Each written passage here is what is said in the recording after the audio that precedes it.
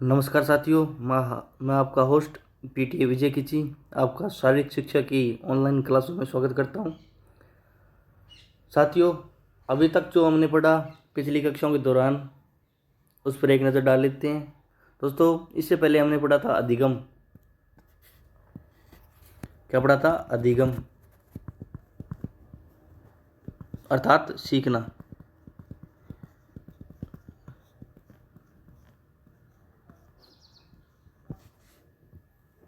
सीखना, ठीक है।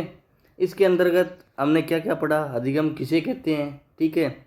इसकी हमने परिभाषाएं देखी, सीखने के प्रकार देखे, जैसे उत्कृष्ट अनुकूलन सीखना, सहायक अनुकूल सीखना, प्रोक्त सीखना, सूझबूझ द्वारा सीखना, साधारण गैर संयोजनशील सीखना।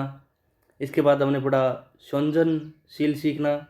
उसके बाद हमने अंत में पढ़ा अवलोकन सीखना। इसके बाद हमने सीखने के नियम पढ़े। क्या पढ़े? सीखने के नियम पढ़े, ठीक है, जो थॉर्नडाइक ने दिए थे सन 1900 ईस्वी के आसपास। थॉर्नडाइक की, ठीक है। इसमें हमने तैयारी तत्परता का नियम देखा, जिसे शारीरिक मानसिकता का नियम भी कहते हैं। उसके बाद हमने अभ्यास का नियम देखा, जिसे उपयोग और अनुपयोग का नियम कहते हैं। उसके बाद हमने प्रभाव का नियम देखा, जिसका उपनाम हमने प्रणाम या संतोष का नियम देखा। उसके बाद हमने प्राथमिकता का नियम पढ़ा। उसके बाद हमने अंत में पढ़ा तीव्रता का नियम। और एक नियम उसमें जो थॉर्नडाइक ने दिया था वह था पूर्वता का नियम, ठीक है, जिसमें पूर्वता किया कि जो क्रिया हमने बच्चे को पूर्व में यानी पहले करवाई है, उससे जो अब क्रिया करवा रहे हैं वह जुड़नी चाहिए। अगर उनका लिंक आपस में नहीं बैठेगा तो क्या है कि बच्चा अधिगम नहीं कर पाएगा। उसके बाद हमने सीखने के सिद्धांत पढ़े।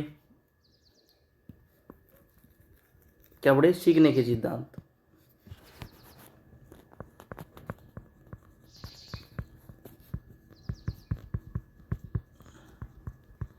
दोस्तों, सीखना और अधिगम दोनों एक ही है। इसमें हमने प्रथम सिद्धांत तो जो देखा वह थॉर्नडाइक का था, जिसे प्रयत्न और भूल का सिद्धांत कहते हैं, जिसे ट्रायल एंड एरर भी कहा जाता है। दोस्तों, इन विभिन्न सिद्धांतों के उपनाम भी है। अगर आप उनके उपनाम याद रख सकते हो तो बहुत बढ़िया होगा आपके लिए। नहीं तो आप जब परीक्षा हॉल में जाओगे वहाँ पर आप कंफ्यूज हो जाओगे। मेरा सुझाव यही है कि आप इनका इंग्लिश टर्म्स है वह ज़रूर याद रखें, क्योंकि दोस्तों हमारा जो पेपर है वो बाई लैंग्वेज में आता है, ठीक है। फर्स्ट में आता है हिंदी में और दूसरा आता है इंग्लिश में। दोस्तों, इंग्लिश में टर्म्स है वो बदलते नहीं हैं, हिंदी में टर्म्स बदलते रहते हैं। इसलिए हमें कोशिश यही करनी है कि जब तक हो तब तक इंग्लिश टर्म्स को सबसे पहले देखना है।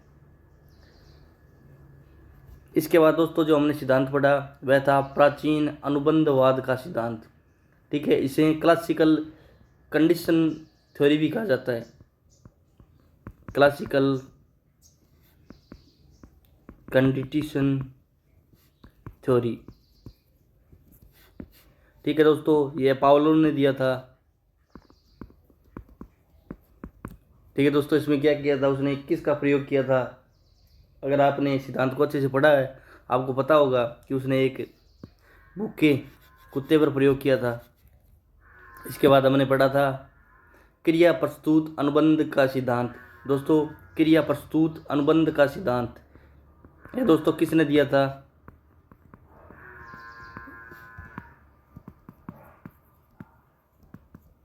अनुबंधन का सिद्धांत। दोस्तों, परीक्षा में कई बार सीधे सीधे क्वेश्चन आ जाता है और उसका सिद्धांत दिया होता है कि यह सिद्धांत निम्न में से किसने दिया था। तो दोस्तों, यह सिद्धांत दिया था स्किनर ने। किसने दिया था? स्किनर महोदय ने दिया था। आप बताइए दोस्तों, स्किनर ने किस पर अपना प्रयोग किया था?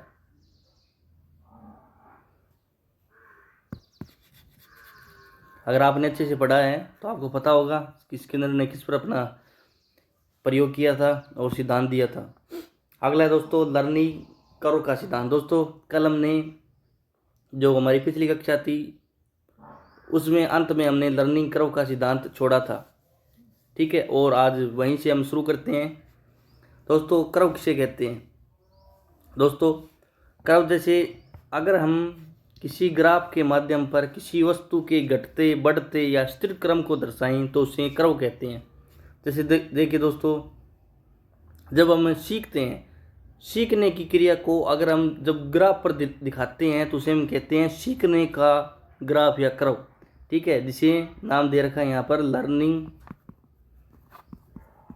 कर्व, ठीक है, सीखने का कर्व, ठीक है। देखिए दोस्तों क्या होता है कि जब हम बच्चे को सिखाते हैं, जब बच्चा क्या है कि शुरुआत में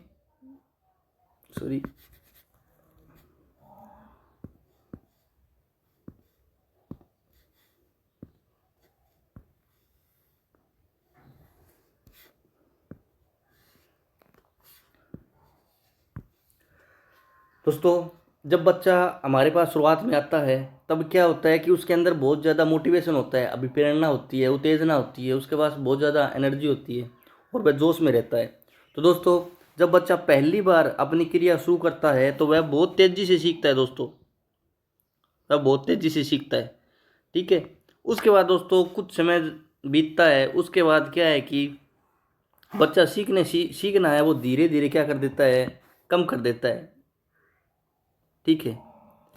और उसके बाद क्या है कि बच्चा अगर सीखना कम कर देता है, तो जब बच्चा सीखना कम कर देता है तो अगर हम उसको सपोर्ट करते हैं, अच्छी वीडियो के माध्यम से सिखाते हैं, तो क्या होता है कि ग्राफ है वो ऊपर चला जाता है, ठीक है।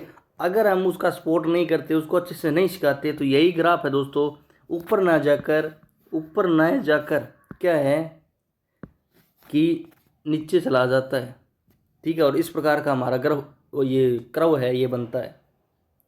उम्मीद है आपको समझ में आया होगा। जब हम इसको पॉइंट टू पॉइंट पढ़ेंगे तब आपको और अच्छे से समझ में आएगा। चलिए शुरू करते हैं। मैंने आपको मोटी मोटी इसकी हेडलाइन है वो बता दी। देखिए पहली लाइन देखिए यहाँ पर,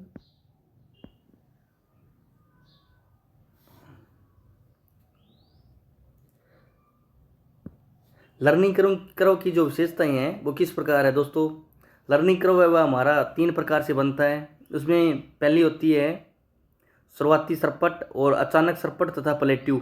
दोस्तों प्लेट्यू यहाँ पर एक शब्द आया है, प्लेट्यू।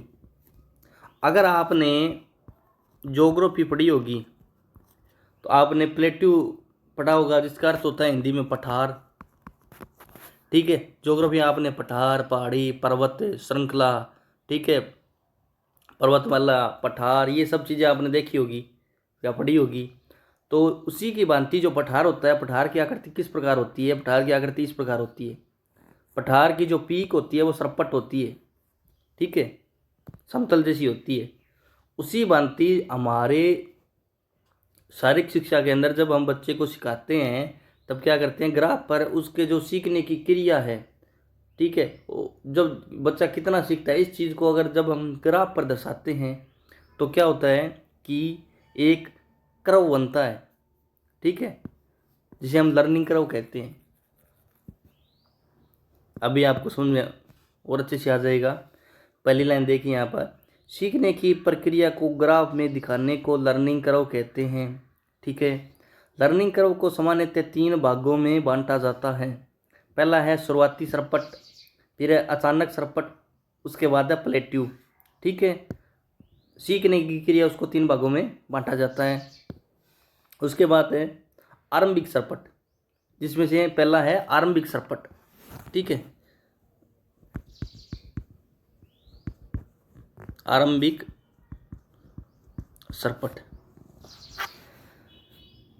पहली लाइन देखिए, बहुत सी खेल गतिविधियों में सीखने के पहले दौर में प्रगति बहुत तेजी से होती है। ग्राफ में इस स्टेज को आरंभिक सरपट कहते हैं, ठीक है। दोस्तों इसमें क्या होता है कि जब बच्चा पहली बार गतिविधि को कोई सीखने का जो प्रयास करता है उसमें क्या होती है कि जो सीखने की क्रिया है वो बहुत तेज होती है और उसमें प्रगति बहुत भी जल्दी होती है। उसके बाद है खिलाड़ियों में जोश होता है। इसका कारण बताया है कि ऐसा क्यों होता है, क्योंकि खिलाड़ियों में जोश होता है। शुरू में प्रेरणा का स्तर ऊंचा होता है। जो हमारी प्रेरणा है, मोटिवेशन है, वो बच्चे में स्तर उसका काफ़ी पीक पर होता है, ऊंचा होता है। या उद्देश्य ऊंचे नहीं होते। जो टारगेट होते हैं ना दोस्तों, जैसे हमारा लक्ष्य है वो बहुत बड़ा होता है, ठीक है। उसी भांति जब बच्चा ग्राउंड में जब पहली बार आता है, सीखने की कोशिश करता है, तो उसका लक्ष्य बहुत छोटा होता है। जैसे हम उसे एक उदाहरण के माध्यम से समझे तो बच्चा जब पहली बार ग्राउंड में आता है, यानी जब बच्चा फुटबॉल के ग्राउंड में आता है, ठीक है, तो उसका लक्ष्य सर्वप्रथम क्या होता है कि गोल करना नहीं होता। उसका सर्वप्रथम जो लक्ष्य है वो बॉल को रोकना होता है या बॉल को पुश करना होता है, जो बच्चा आसानी से सीख पाता है। ठीक है दोस्तों, इसमें लक्ष्य बड़ा नहीं होता है, लक्ष्य बहुत छोटा होता है। उसके बाद देखो, ये आरंभिक चरण में साधारणतः क्रिया की नवीनता, रुचि, सीखने वाले की उत्सुकता के कारण तीव्र विकास होता है। इस चरण में क्या होता है कि जब बच्चा क्रिया को सीखता है, उसके लिए वह क्रिया है बिल्कुल नई होती है और उस क्रिया को सीखने के लिए बच्चे में बहुत रुचि होती है और उत्सुकता भी होती है। इस कारण क्या है कि इस क्रिया को सीखने में बच्चे का विकास अधिक होता है, जिसके द्वारा अधिक ऊर्जा के कारण अधिक प्रयास करता है। और छोटे बच्चा होता है उसमें अधिक ऊर्जा होती है, और जब वह क्रिया को पहली बार सीखता है तो उस क्रिया में अपनी सारी ऊर्जा खपत करता है और बार बार अभ्यास और प्रयास करता है, जिससे वह उस क्रिया को अच्छे से पकड़ लेता है। आगे है पलेटिव। पलेटिव दोस्तों, इसका उपनाम है, इसको हम पठार भी बोल सकते हैं। पठार, ठीक है, पठार। अंत में किस प्रकार ग्राफ बनेगा वो भी मैं आपको बनाकर दिखाऊंगा, जिससे आपको और अधिक क्लियर समझ में आ जाएगा। देखिए, प्लेटिव यह सीखने की प्रक्रिया में दूसरा चरण है। यह सीखने में स्थिरता की स्थिति है। दोस्तों देखिए, एक पहाड़ी किस प्रकार होती है, इस प्रकार पहाड़ी होती है, ठीक है। जब पहाड़ी क्या है कि पीक नहीं बन पाती और इस प्रकार पहाड़ी बन जाती है, तो ये पहाड़ी की वृद्धि में स्थिरता आ जाती है। उसी भांति क्या होता है, जब बच्चा सीखता है तो सीखने के दूसरे चरण में, ठीक है, उसकी जो सीखने की क्रिया है, इस क्रिया में स्थिरता आ जाती है, ठीक है। यहाँ पर बच्चा सीखना बंद कर देता है, ठीक है। अगर बच्चे को अच्छे से मोटिवेशन और अच्छी वीडियो के माध्यम से सिखाएं, तब यह बच्चा क्या है कि सीखना और अधिक अपने ग्राफ में दर्शाता है, मतलब और अधिक सीखना शुरू कर देता है। वहीं अगर हम इसको सीखना अच्छे से वीडियो के माध्यम से ना सिखाएं, तो क्या होता है कि यह ग्राफ नीचे गिर जाता है, इधर चल जाता है, ठीक है। उम्मीद आपको समझ में आया होगा।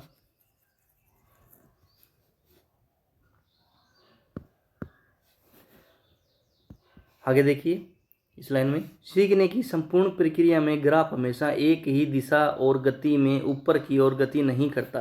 दोस्तों स्पष्ट बात है कि क्या है कि जब बच्चा सीखता है तो उसका ग्राफ क्या है कि हमेशा ये नहीं बनता है। जैसे कि बच्चा पहली बार यहाँ पर ग्राउंड में आया, ठीक है, और ग्राउंड में जब से आया है वह क्या है कि बिल्कुल सीखता जा रहा है, कभी कोई नेगेटिव पॉइंट नहीं लिया उसने। उसका ग्राफ क्या है कि धीरे धीरे ऊपर की ओर बढ़ता जा रहा है, यानी सीखने की गति की ओर बढ़ता जा रहा है। ऐसा दोस्तों बिल्कुल भी नहीं हो सकता। कहीं पर बच्चे के जो सीखने का काल है उसमें ठहराव आ सकता है। अगर उस ठहराव को हम दूर करते हैं तो वह ठहराव धनात्मक या ऋणात्मक हो सकता है। धनात्मक का मतलब होता है कि उसमें प्लस हो सकता है और ऋणात्मक का मतलब होता है कि उसमें माइनस हो सकता है, यानी ग्राफ ऊपर भी जा सकता है, ग्राफ नीचे भी आ सकता है, ठीक है। ये होता है लर्निंग कर्व का दूसरा स्टेज। आगे देखिए, पठार का मुख्य कारण सीखने की रुचि की कमी, निरस्ता, शारीरिक थकान, शारीरिक क्रियात्मक दबाव होता है। दोस्तों जब बच्चा सीखता है, ठीक है, तो उसमें पहले क्या होती है, वृद्धि होती है, और उसके बाद क्या है कि जो पठार बनता है, ये क्यों बनता है, इस लाइन में स्पष्ट तौर पर दिखा रखा है कि अगर बच्चे में सीखने की रुचि ना हो, यानी रुचि कम हो जाए यहाँ पर, या उसमें निरस्त आ जाए, या मतलब उस खेल के प्रति बच्चे में निरस आ जाए, ठीक है, अगर बच्चा थक गया है या शारीरिक क्रिया का उस पर अधिक दबाव डाल दिए है, तो यह पठार बनने के सबसे अधिक कारणों में से इनको देखा जा सकता है। इनके माध्यम से, इन कारणों से यह पठार बनता है। ठीक है, अब पठार और किन कारणों से बन सकता है उन पर भी हम एक नज़र डाल लेते हैं दोस्तों। इसमें जो हमारा जो कर्व है, लर्निंग कर्व है, इसमें जो द्वितीय चरण है प्लेट्यू, दोस्तों सबसे इम्पोर्टेंट यही है कि प्लेट्यू किस प्रकार बनता है और इसे किस प्रकार हटाया जा सकता है। प्रथम और तृतीय चरण है दोस्तों इतना मायने नहीं रखते जितना कि जो द्वितीय चरण है यानी प्लेट्यू है वह बहुत महत्वपूर्ण हो जाता है, क्योंकि इस पर ही आपको लगभग सवाल देखने को मिलते हैं। अब आगे बढ़ते हैं। देखिए पठार के कारण, पठार ये क्यों बनता है, ठीक है, इसके क्या कारण हो सकते हैं। आप एक प्लेयर होने के नाते आप खुद सोच सकते हैं कि पठार क्यों बनता है, मतलब आपकी जब खेल के प्रति रुचि नहीं रहती है उसके क्या क्या कारण हो सकते हैं। जब आप इन कारणों को खुद सोचोगे, खुद इनका हल निकालोगे, तो दोस्तों ये चीज़ें आपको पढ़ने की आवश्यकता नहीं पड़ेगी, क्योंकि दोस्तों जो हमारे जीवन में एक खिलाड़ी के साथ व्यवहारिक जीवन में प्रैक्टिकल रूप में होता है वही इन किताबों में अलग अलग शब्दों के माध्यम से लिखा हुआ होता है। तो दोस्तों अगर हमने रियल में एक वास्तविक अनुभव हमने ग्राउंड से, खेल मैदान से लिया है, तो दोस्तों शारीरिक शिक्षा को पढ़ने में इतनी हमें मुश्किलें नहीं आएगी जितनी कि एक आम बच्चे को आती है। पहला है पठार के कारण, ठीक है, इस लाइन में यहाँ पर देखिए, सॉरी,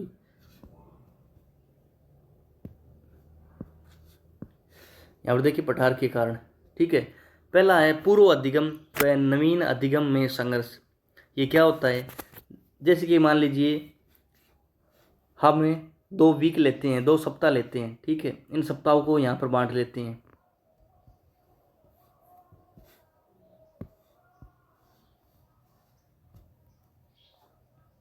ठीक है, ये फर्स्ट वीक हो गया और ये हो गया हमारा सेकंड वीक। अब मान लीजिए ये है हमारा पूर्व अधिगम, यानी हमने जो बच्चे को फर्स्ट वीक में करवाया वह अधिगम हो गया। उसके पास बाद है नवीन अधिगम, ये हमारा नवीन अधिगम।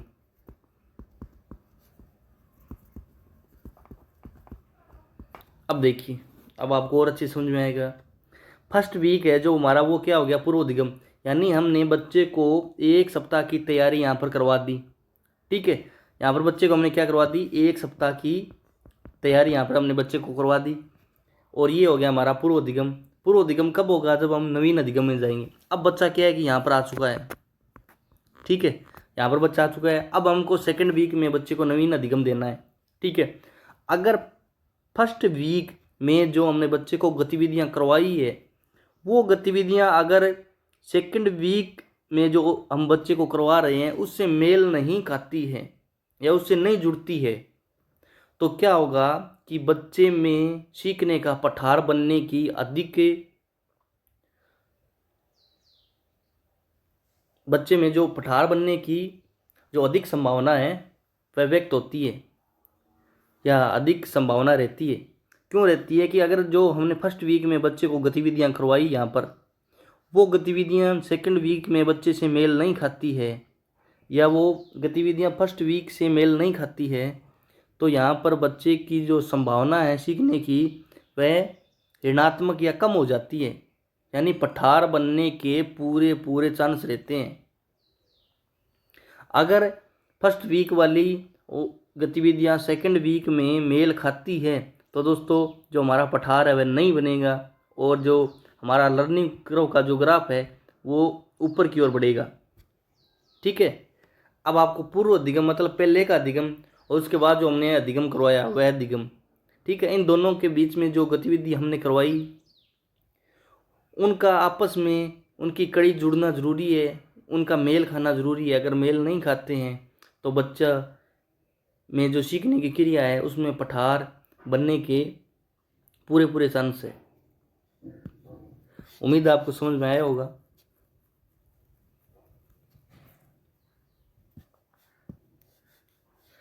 आगे देखिए, सीखने की गलत विधि। दोस्तों, अगर हम बच्चे को गलत विधि से गतिविधियां सिखाते हैं तो बच्चा क्या है कि कुछ देर तक तो वह उस गलत विधि से थोड़ा सीख लेगा, पर उसके बाद बच्चे में पठार बनना निश्चित है। ठीक है। कार्य की जटिलता, अगर हम बच्चे को थोड़ा पहले सरल कार्य दे देते हैं और उसके बाद क्या है कि बहुत कठिन कार्य दे दिया तो पठार निश्चित बनेगा। शारीरिक व मानसिक अयोग्यता, अगर बच्चा ग्राउंड में हमारे पास आया है, वह शरीर से और मानसिक रूप से ग्राउंड में नहीं है, यानी वह अयोग्य है, तो सीखने में पठार निश्चित बनेगा। अधिगम विधि में परिवर्तन, दोस्तों इसमें क्या होता है कि पहले हम क्या है कि एक विधि से अधिगम करवा रहे होते हैं। ठीक है। अधिगम की जो विधि है हमने पीछे पढ़ी है। ठीक है। तो वही उन्हीं विधियों की यहाँ पर बात हो रही है। अगर हम फर्स्ट विधि, यानी ये फर्स्ट विधि मान लीजिए प्रैक्टिकल है, प्रैक्टिकल विधि से हम बच्चे को क्या करवा रहे हैं, अधिगम करवा रहे हैं। यानी बच्चे के सामने खड़े होकर बच्चे को सिखा रहे हैं कि बॉल को पुश किस प्रकार करना है। ठीक है। अब ये विधि है, ये विधि हम क्या कि थोड़े दिनों बाद दूसरी विधि ले आते हैं और यहाँ पर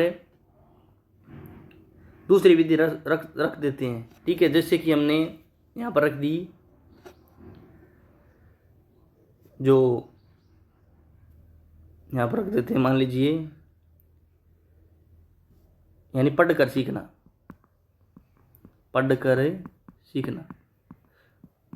ठीक है। इसमें हम क्या करवा रहे थे, बच्चे को प्रत्यक्ष रूप से उसके सामने खड़े होकर बच्चे को बता रहे थे कि किस प्रकार क्या है कि बॉल को पुश किया जाता है। और दूसरी में हमने क्या किया, दूसरी विधि में क्या किया कि बच्चे को एक बुक दे दी और कहा कि आप इसे पढ़कर सीखिए कि बॉल को कैसे रोकना है या कैसे हिट करना है या कैसे किक करना है। तो दोस्तों अगर इन विधियों में परिवर्तन आ जाता है तो दोस्तों लर्निंग का जो कर्व है उसमें पठार आना निश्चित हो जाता है। उम्मीद आपको समझ में आया होगा।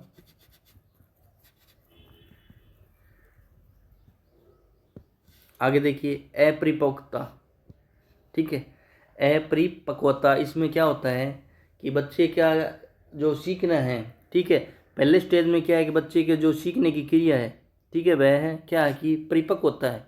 मतलब बच्चा है वो कुछ शुरुआती गतिविधि है वो सीखने में परिपक्व होता है और उसके बाद जो गतिविधि आती है, ठीक है, इसके पश्चात जो गतिविधि आती है उसको सीखने में अपरिपक्व होता है। ठीक है। इससे भी हमारा जो पठार बन सकता है। कैसे बनता है दोस्तों, जैसे बच्चा क्या है कि दौड़ना है। ठीक है। जब बच्चा धीरे धीरे क्या करता है कि दौड़ता है तो वह स्लो दौड़ सकता है दोस्तों। अगर वहीं हम उसको कुछ दिनों बाद कहें कि आपको 100 मीटर 20 सेकंड में दौड़ना है, यानी ये बच्चा मान लीजिए 15 या 16 ईयर्स का होगा यहाँ पर। अब ये बच्चा 100 मीटर 20 सेकंड में नहीं दौड़ पाएगा, यानी यह इस गतिविधि को सीखने के लिए पूर्णतः अपरिपक्व है। ठीक है। हमें इंतज़ार करना होगा कि इसकी शरीर में वृद्धि हो, ठीक है, इसकी आयु बढ़े, यह 100 मीटर दौड़ने की जो योग्यता है उनको पूर्ण करे। ठीक है। तभी ये क्या होगा, पूर्णतः परिपक्व होगा। उसके बाद है उत्साह या प्रेरणा की सीमा में क्या होता है कि बच्चा क्या है कि जब शुरुआत में गतिविधि को करना शुरू करता है तो उसमें बहुत ज़्यादा उत्साह होता है और एक समय बाद ये जाकर उत्साह क्या है कि धीरे धीरे कम होने लगता है। तो इस प्रकार यहाँ पर क्या है कि पठार बनता है। ठीक है। हमें क्या करना है, यह पठार को न बनने देने के लिए बच्चे में उत्साह का निरंतर संचार बनाए रखना है। मतलब उसको निरंतर डे बाय डे मोटिवेट करना है। ठीक है।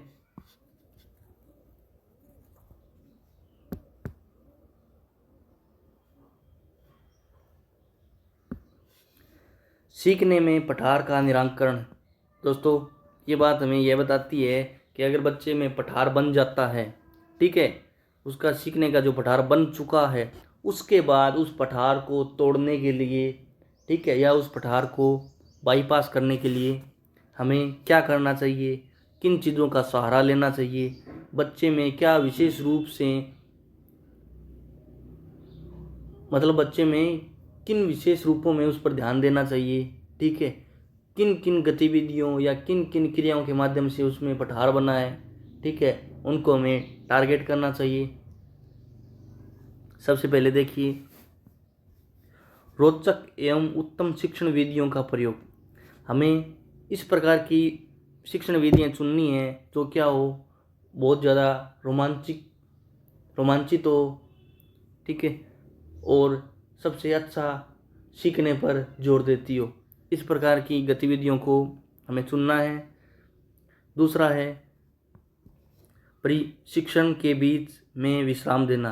दोस्तों कई बार हम यह गलती करते हैं कि बच्चे को क्या है कि लगातार 3 घंटे से या 2 घंटे से उसको फुटबॉल खिलाए जाते हैं, ठीक है, और हम उसको विराम नहीं देते हैं या रिलैक्स टाइम है उसको नहीं देते, जिसकी वजह से बच्चा थक जाता है। और हमने पीछे पठार बनने के कारण में पढ़ा था कि थकान भी एक पठार बनने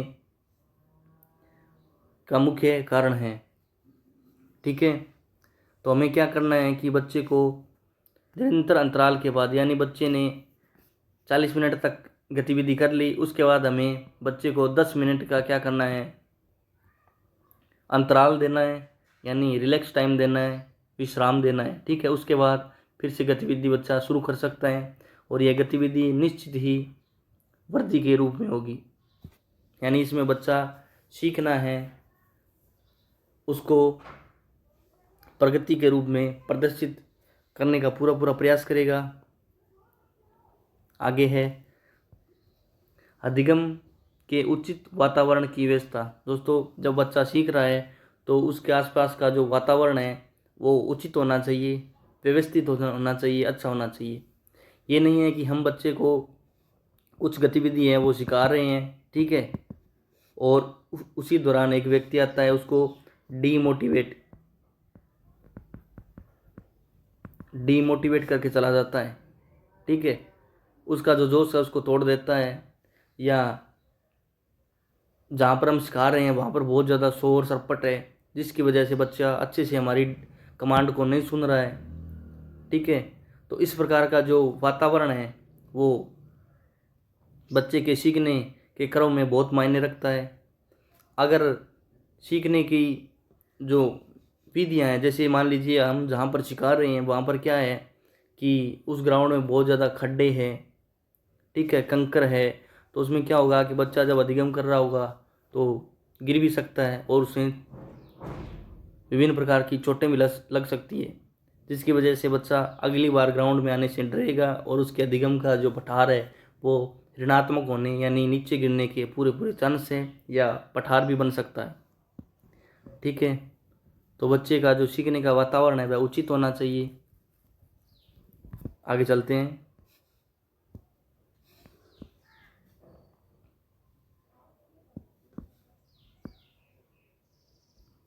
जो हमारा सीखने के क्रम में तीसरा चरण है वह है अचानक सरपट। इसमें क्या होता है, देखिए, यदि शिक्षार्थी यानी विद्यार्थी द्वारा निरंतर प्रयास किया जाता है तो देखा जाता है कि सीखने की अवस्था में ऊपर की ओर विकास होता है, जिसे अचानक सरपट कहा जाता है। देखिए दोस्तों, यहाँ पर हम ग्राफ के माध्यम से दर्शाने की कोशिश करते हैं। ये देखिए दोस्तों, यहाँ पर बच्चा क्या शुरुआती प्रथम चरण में है और बच्चा अच्छे से सीख रहा है। उसके बाद क्या होता है कि पठार बनता है, ठीक है। उसके बाद क्या होता है कि अगर बच्चा निरंतर क्रिया में, यहाँ पर दोस्तों 2 स्टेप हो गए हैं, ये मान लेते हैं हम फर्स्ट, ये हो गया हमारा सेकंड चरण, और इसके बाद आने वाला वह होगा थर्ड चरण। ठीक है, इसमें क्या होता है कि अगर बच्चा तीसरे चरण में यानी पठार बनने के बाद, ठीक है, यानी प्रथम चरण में उसने अपनी गतिविधि शुरू की और दूसरे चरण में उसमें पठार बन गया, पठार बनने के उपरांत भी उसने अपनी क्रिया को जारी रखा या प्रयास अभ्यास वह करता रहा, तो निश्चित ही दोस्तों उसके जो थर्ड चरण आएगा उसमें क्या होगा कि बच्चे का जो सीखने का क्रम बनेगा वह वृद्धि की ओर बनेगा, इस प्रकार बनेगा। ठीक है, तीसरे चरण में यानी उसके सीखने में विकास होगा। इसी को ही क्या कहते हैं, अचानक सरपट। यानी एक पठार से जब अचानक वृद्धि होती है, ठीक है, तो उसे ही अचानक सरपट कहते हैं। आगे देखिए यहाँ पर, यदि विद्यार्थी द्वारा यानी शिक्षार्थी द्वारा प्रयास नहीं किया जाता है तो सीखने की जो चाप है नीचे की ओर झुकाव करती हैं। वहीं देखिए दोस्तों, अगर यहाँ पर पठार बनने के बाद बच्चा पूर्णतः गतिविधि को छोड़ देता है तो यही है, यहाँ पर जो ग्राफ बनेगा वो इस प्रकार बनेगा। ठीक है, उसका ग्राफ है वो नीचे गिर जाएगा, यानी कर्व है वो डाउन आ जाएगा। ये हो गया अपना अप और ये हो गया डाउन। ठीक है, तो इस प्रकार ग्राफ बन सकता है, जो हमारा कर्व है वो इस प्रकार बनेगा। तो दोस्तों जो ऊपर की ओर उठा उसे भी अचानक सरपट कहते हैं और नीचे की ओर गिरा अचानक सरपट उसे भी कहते हैं। मतलब कहने का अर्थ ये है कि सीखने के क्रम में जो अचानक या तेजी आती है या गिरावट आती है उसे दर्शाने को अचानक सरपट कहते हैं।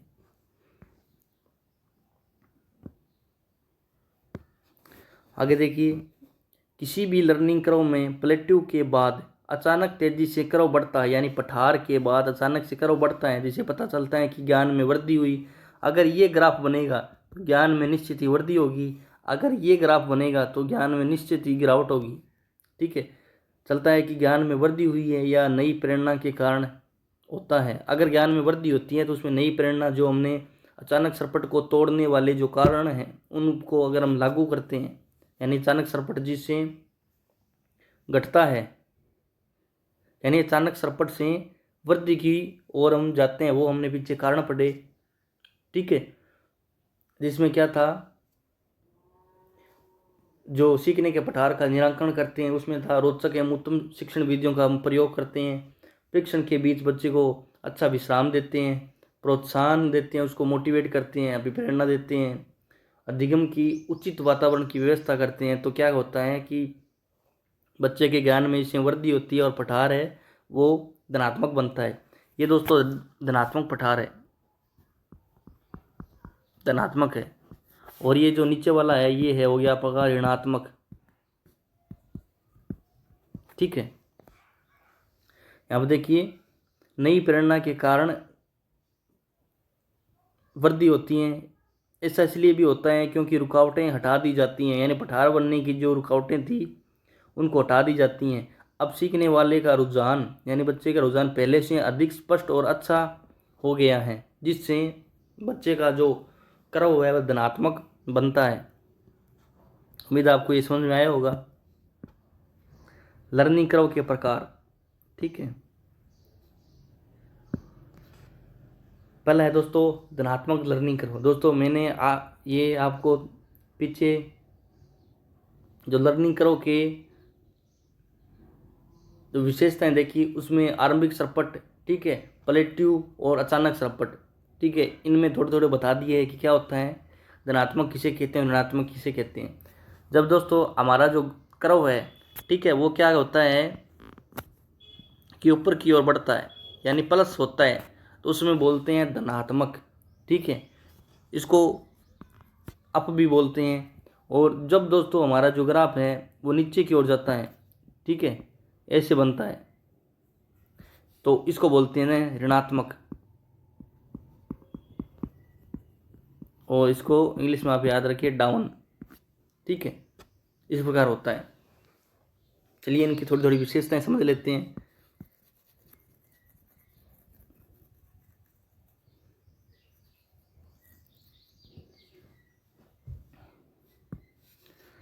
पहला है धनात्मक लर्निंग कर्व।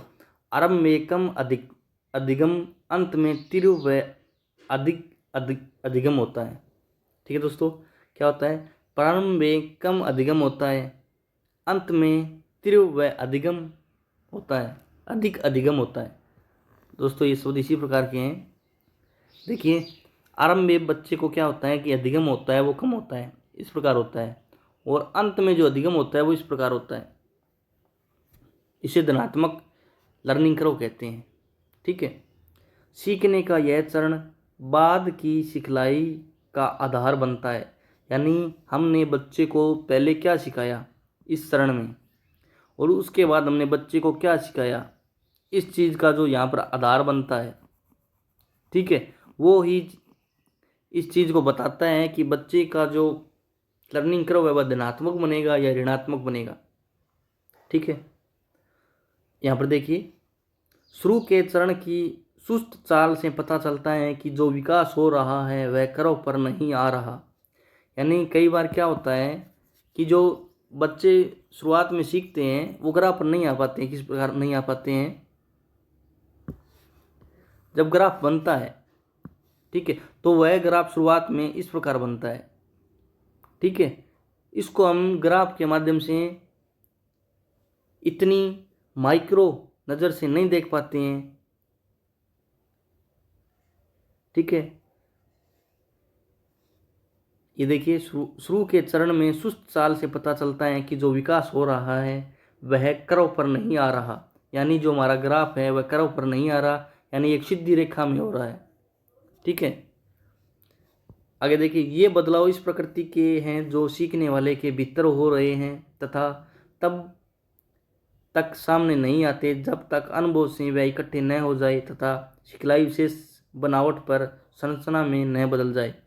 दोस्तों, कहने का इसका अर्थ यही है कि जब तक हमने जो भी बच्चे को सिखाया है, ठीक है, तब तक वह बच्चे के व्यवहार में नहीं आएगा, तब तक बच्चे का जो ग्राफ है वह ऊपर नहीं उठेगा। अगर यानी कहने का अर्थ है कि जितना भी हमने बच्चे को सिखाया है वह बच्चा व्यवहार में नहीं लाएगा तो उसका जो लर्निंग कर्व है वह धनात्मक नहीं बनेगा। ठीक है, अगला है ऋणात्मक। जो धनात्मक का जो विपरीत है दोस्तों, जितनी भी चीज़ें विपरीत है वो ऋणात्मक है। ठीक है, वो ऋणात्मक क्रम में लागू होगी।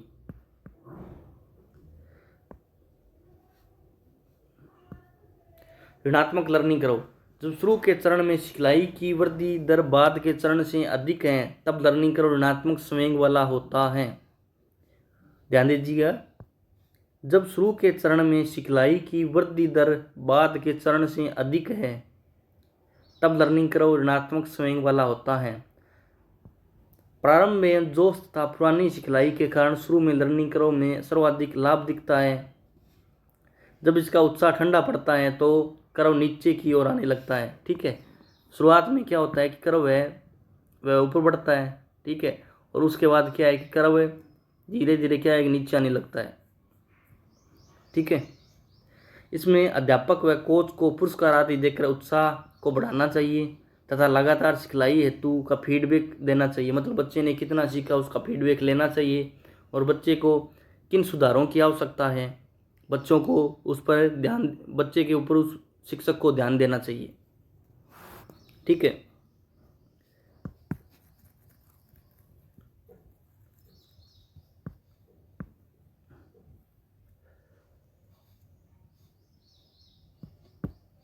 आगे देखिए, प्लेट्यू और सीमाओं वाले लर्निंग कर्व। दोस्तों, जैसे पठार बनता है उसकी एक सीमा होती है, उसी प्रकार ये है। मतलब धनात्मक और ऋणात्मक लर्निंग कर्व की जो बीच की स्थिति बनती है उसको या प्लेट्यू और सीमाओं वाले लर्निंग कर्व के माध्यम से दर्शाने का प्रयास करता है। कुछ अवस्थाओं में जब सीखने की दर ऋणात्मक हो और फिर बढ़ जाती हो, यानी पहले ऋणात्मक हो या फिर धनात्मक हो, या ऐसा भी हो सकता है पहले धनात्मक हो और फिर पठार बनता हो उसके बाद ऋणात्मक हो। ठीक है, इसको एक ग्राफ के माध्यम से समझने का प्रयास कीजिए।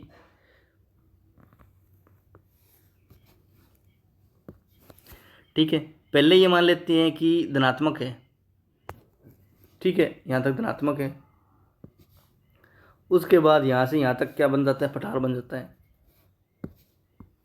और उसके बाद क्या, धनात्मक भी हो सकती है और ऋणात्मक भी हो सकती है।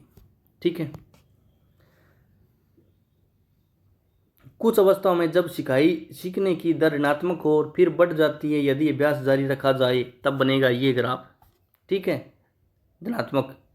इस तरह के प्लेट्यू को अध्यापक या सिखाने वाली गलती से सीमा मान लेता है तथा आगे की वृद्धि कम हो जाती है। कहने का अर्थ है कि जो शिक्षक होता है वो क्या सोचता है कि बच्चा है वो यहीं तक सीख पाएगा, इसके आगे नहीं सीख पाएगा, तो यह पठार बनकर रह जाता है। ठीक है। जब एक तरह की सिखलाई से दूसरे वर्ग की सिखलाई में प्रवेश करता है, मतलब यहाँ से, ठीक है, और यहाँ तक सीखा, उसके बाद इसमें प्रवेश करेगा अगली वाली में। जब एक तरह की सिखलाई से दूसरे वर्ग की सिखलाई में प्रवेश करते हैं तो वह अपने आप को संगठित करते हैं तथा जटिल सिखलाई की तरफ जाते हैं, तब बनेगा ये ग्राफ। ठीक है। प्लेट्यू के बाद लाभ का दूसरा पीरियड शुरू होता है। ठीक है, जिसमें लाभ होगा या हानि होगी इस प्लेट्यू के बाद निर्धारित होता है, या बच्चा इस तरफ जाएगा या इस तरफ जाएगा। ठीक है।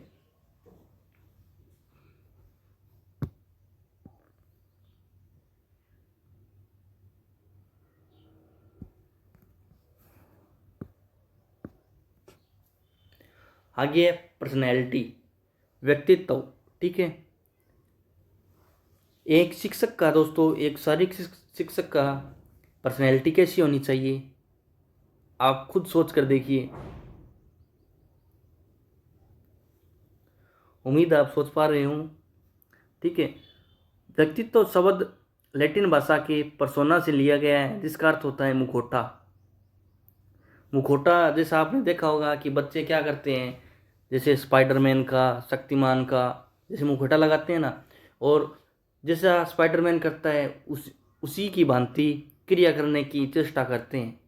जैसे वह अपने हाथ को आगे निकालता है और किसी वस्तु को पकड़ लेता है या जकड़ लेता है, उसी प्रकार बच्चा जकड़ तो नहीं पाता है पर उसी की भांति हाथ को घुमाता है जैसे वह स्पाइडरमैन घुमाता है। ठीक है। वही जो स्पाइडरमैन की जो पर्सनैलिटी है उसको कॉपी कर अपने अंदर लाने की चेष्टा करता है। ठीक है। इस लाइन में देखिए आगे, कार्ल जुंग के अनुसार पर्सोना का अर्थ होता है दोस्तों मुखौटा। लैटिन भाषा का यह शब्द है। आदमी का बाहरी आवरण है दोस्तों। जो पर्सोना मुख्य रूप से देखिए, आप देखिए मुखौटा है वो कहाँ पर पहना जाता है, मुखौटा बाहरी रूप के ऊपर होता है। जैसे आप कौन से कपड़े पहन रहे हो, आप में ड्रेसिंग सेंस है या नहीं। ठीक है। आपकी जो बॉडी है वो किस प्रकार की है, या तो हो सकता है आप में बहुत ज़्यादा मोटापन है, या आप बहुत दुबले पतले हो, या फिर आप सुडौल हो। सुडौल का अर्थ होता है आप एक अच्छे हेल्दी शरीर वाले व्यक्ति हो। ठीक है। अगर आप अच्छे हेल्दी शरीर वाले व्यक्ति हो तो आपको देखकर दूसरे बच्चे भी आपकी कॉपी करने की चेष्टा करते हैं, आपकी जैसी पर्सनैलिटी, आपकी जैसी बॉडी बनाने की चेष्टा करते हैं, और आपका जो व्यक्तित्व का जो प्रभाव है, आपकी पर्सनैलिटी का प्रभाव है, वो बच्चों पर पड़ता है। ठीक है। और ये जो प्रभाव होता है यह सकारात्मक रूप में होता है। कार्ल जुंग के अनुसार पर्सोना आदमी का बाहरी आवरण है। ठीक है। आगे देखिए, एक व्यक्ति के व्यक्तित्व से उसकी कल्पना, रुझान, विचार, इच्छाएं, कामनाएं, आदतें, मूल्य, रुचियां तथा विचारों तथा उसकी समझदारी या उपलब्धियां, प्रेरणा, तालमेल का पता चलता है। दोस्तों अब आप एक उदाहरण लीजिए और इसको समझने का प्रयास करेंगे। देखिए, हमने पीछे पढ़ा था कि अगर व्यक्ति क्या है,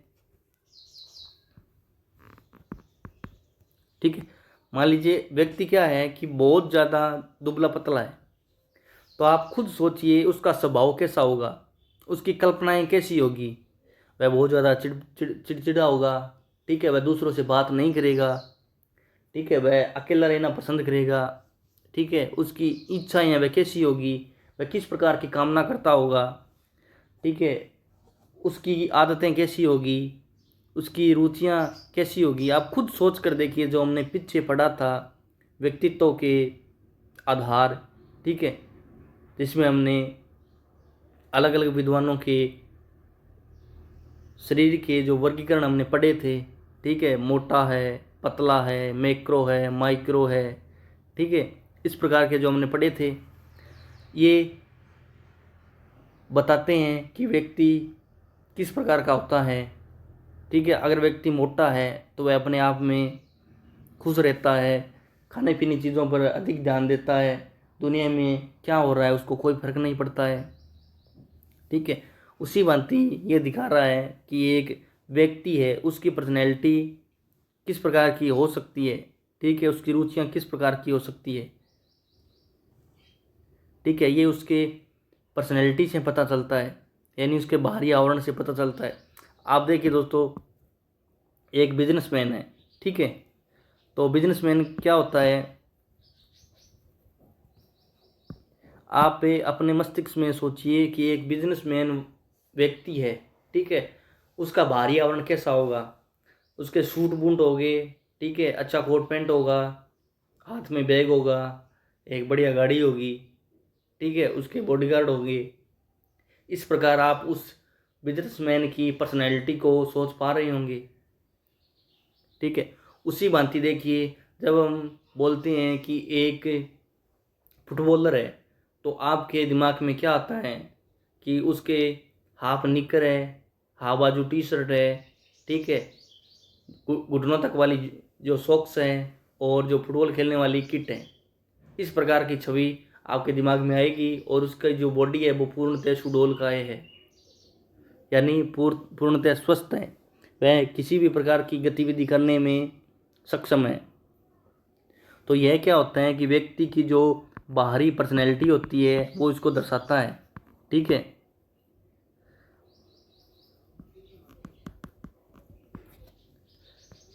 आगे देखिए, व्यक्तित्व जैविक तथा सांस्कृतिक धरोहर का प्रतिफल है। दोस्तों देखिए, ये क्या कहना चाहता है, जो पर्सनैलिटी है, मतलब हमारी जो बायोलॉजिकल पर्सनैलिटी है, क्या है,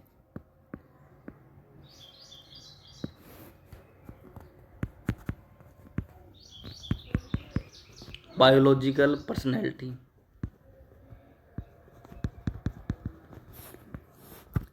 देखिए दोस्तों, ये कहता है कि ये हमारी संस्कृति है। ठीक है, हमारी संस्कृति, सभ्यता का प्रतिफल है, यानी परिणाम है, यानी रिजल्ट है। रिजल्ट से कहने का अर्थ है कि मान लीजिए हमारे माता पिता है, वह बायोलॉजिकल रूप से दोनों नाटे हैं, मतलब बोनने हैं, तो हमारा जो शरीर होगा वो किस प्रकार का होगा, बोना ही होगा। ठीक है दोस्तों, मैंने आपको बताया था 98% चांस रहते हैं कि हमारा शरीर भी बोना रहेगा। और जो हमारी संस्कृति है, यानी हम कहाँ पर रहते हैं, जैसे अगर हम भारत की बात करें, अगर मान लीजिए हम भारत की बात करें, ठीक है दोस्तों मैं ड्राइंग ऐसी बना पा रहा हूँ, उम्मीद आप हंसोगे नहीं, आप सीखने पर ज़्यादा ध्यान दोगे। मान लीजिए अगर व्यक्ति है, एक व्यक्ति यहाँ पर रहता है, ठीक है, ये हो गया हमारा नॉर्थ, और दूसरा व्यक्ति क्या है कि यहाँ पर रहता है, और तीसरा व्यक्ति क्या है कि यहाँ पर रहता है। तो दोस्तों आपको खुद विचार करना है कि उत्तर भारत में जो व्यक्ति रहता है, उसकी चमड़ी कैसी होगी। उसकी चमड़ी बहुत ज़्यादा, जिसको बोलते हैं सफ़ेद होगी, ठीक है, सफ़ेद जिसको बोलते हैं हम गोरा, ठीक है।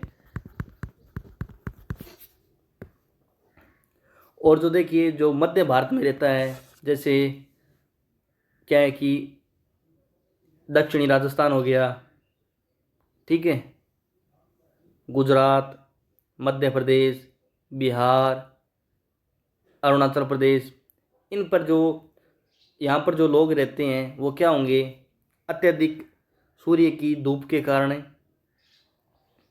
उनका जो रंग है वो क्या होगा, थोड़ा सांवला होगा।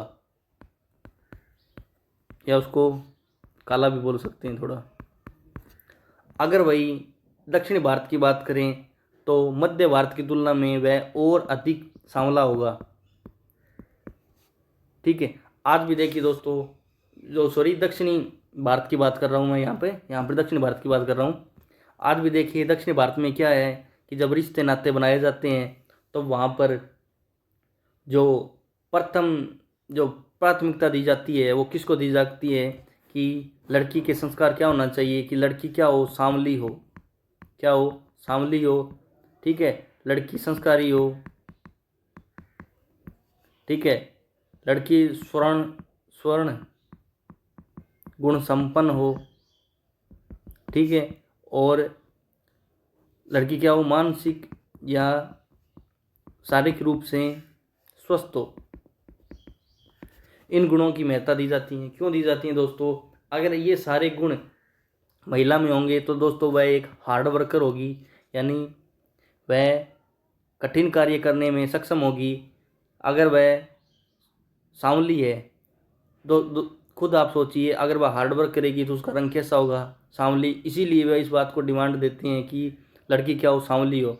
वहीं हम तुलना करें उत्तरी भारत की तो यहाँ पर प्रचलन क्या है कि लड़की क्या हो, बहुत ज़्यादा गोरी हो, सांवली न हो। ठीक है, क्योंकि उत्तर भारत में इतना हार्डवर्क नहीं होता है जितना दक्षिण भारत में होता है। तो इसी प्रकार आप खुद सोचिए कि एक व्यक्ति की पर्सनैलिटी अलग अलग भौगोलिक क्षेत्रों पर भी आधारित होती हैं कि उसकी पर्सनैलिटी है वो किस प्रकार होगी। अगर एक व्यक्ति पहाड़ों पर रहता है तो उसकी हाइट है वो कम होगी। क्यों होगी दोस्तों?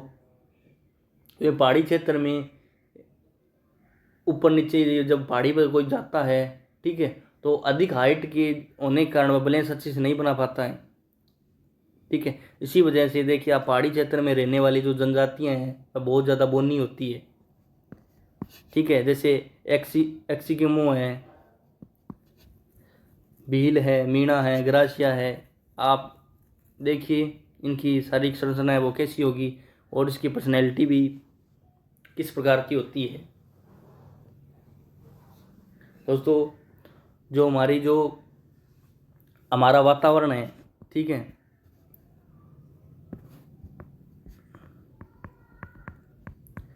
वातावरण, संस्कृति, भौतिक क्षेत्र, भौतिक स्थान कह लीजिए, यहाँ पर भौतिक स्थान, ठीक है, धर्म,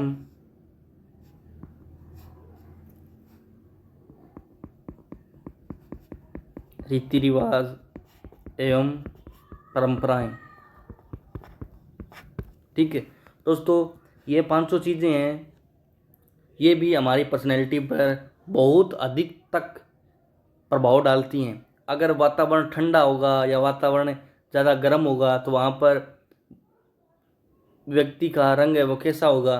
ठीक है, अगर वातावरण होगा तो आप गर्म वातावरण होगा तो आप खुद सोचिए वहाँ पर पानी की कमी होगी। अगर पानी की कमी होगी तो दूर दूर तक उनको पानी प्राप्त करने के लिए बहुत अधिक दूरी तय करनी पड़ेगी, जिनसे क्या है कि उनके शरीर में कठोरता आएगी, उनका शरीर है वो जटिल होगा। ठीक है, ये संस्कृति भी प्रभाव डालती है कि आपकी संस्कृति में किन किन चीज़ों का समावेश है, आपका समाज कैसा है। वहीं भौतिक स्थान में अगर आप एक मैदानी भाग में रहते हैं और वहीं दूसरी तुलना में एक पहाड़ी क्षेत्र में रहते हैं, यानी दुर्गम स्थानों में रहते हैं, तो आपका शरीर कैसा होगा। और चौथा है धर्म। धर्म में दोस्तों अलग अलग जैसे देखिए यहाँ पर मान लेते हैं एक हिंदू है और उसकी तुलना में एक क्रिश्चियन है।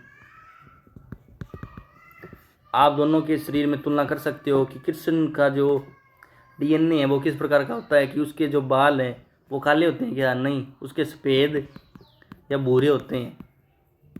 और वहीं एक हिंदू के जो बाल है वो देखिए काले होते हैं, क्योंकि दोस्तों हमारे धर्म में काले बालों की अधिक प्रधानता है।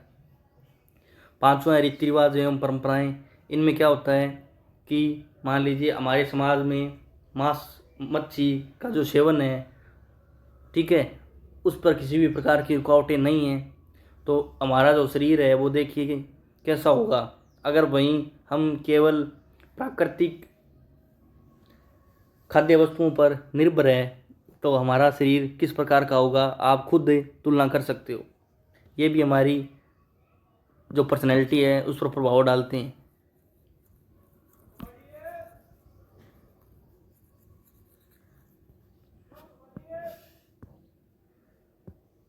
क्या दिखता है लाइन है ना, जो पर्सनैलिटी व्यक्तित्व तो जैविक तथा सांस्कृतिक धरोहर का प्रतिफल है। यहाँ पर देखिए ये लाइन देखिए, व्यक्तित्व तो जैविक तथा सांस्कृतिक धरोहर का प्रतिफल है। दोस्तों यह लाइन बहुत महत्वपूर्ण हो जाती है। इस लाइन में बहुत सारे आयाम हैं वो इसमें शामिल होती हैं। अगर हम इसको माइक्रो नज़र से देखें तब हम इस लाइन को समझ सकते हैं, वरना एक छोटे से शब्द का बहुत व्यापक रूप में अर्थ निकल सकता है। उसी भांति इस लाइन का जो अर्थ है वो व्यापक रूप में निकल कर आ रहा है। ठीक है, तो उम्मीद है कि इस लाइन को आप समझे होंगे और आपको याद हुई होगी। नहीं हुई है तो आप वीडियो को रिवाइज करिए, फिर से देखिए, इस पर आप खुद अपने विचार दीजिए, तब आपको ये चीज़ें समझ में आएगी।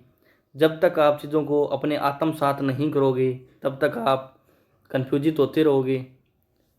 मैं तो यहाँ तक भी कहता हूँ कि जो भी चीज़ें आपको यहाँ पर पढ़ने को मिलती हैं वो आप अपने ऊपर अप्लाई करके देखिए, तब आपको और अधिक बेहतर तरीके से समझ में आएगी।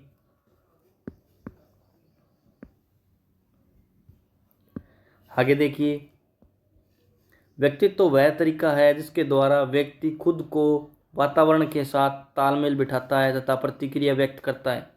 दोस्तों यह बहुत सामान्य सी बात है, आपको समझ में आई होगी।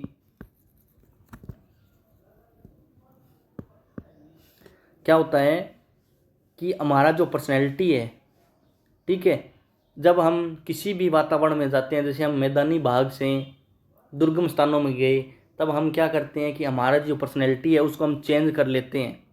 ठीक है, यानी हम मैदानी भागों में स्लिम जूते पहनते हैं तो दुर्गम स्थानों में देखिए कौन से पहनेंगे। ठीक है, हम जब मैदानी भागों में रहते हैं तो हमें कम ऑक्सीजन की आवश्यकता पड़ती है। ठीक है, और हम जैसे जैसे ऊंचाई पर जाते हैं तो वहाँ पर ऑक्सीजन कम हो जाती है और हमें अधिक ऑक्सीजन की आवश्यकता पड़ती है, तो हमारे जो फेफड़ों की आकृति है वो बढ़ जाती है।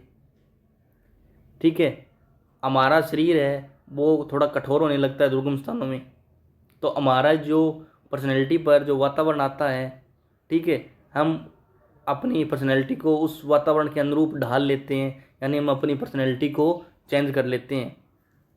अगले विद्वान हैं गिलफोर्ड के अनुसार, ठीक है, व्यक्तित्व तो व्यक्ति के गुणों का विशिष्ट पैटर्न है, यानी जो हमारे आंतरिक और जो बाह्य गुण हैं उनका एक विशिष्ट पैटर्न बनता है। पैटर्न तो आप समझते होंगे, आकृति।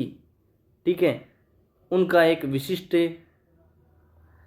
गुणों का जो पैटर्न है वो हमारी क्या पर्सनैलिटी है। ठीक है, जैसे हमारी आदतें हैं वो हमारी पर्सनैलिटी पर व्यक्त होती हैं।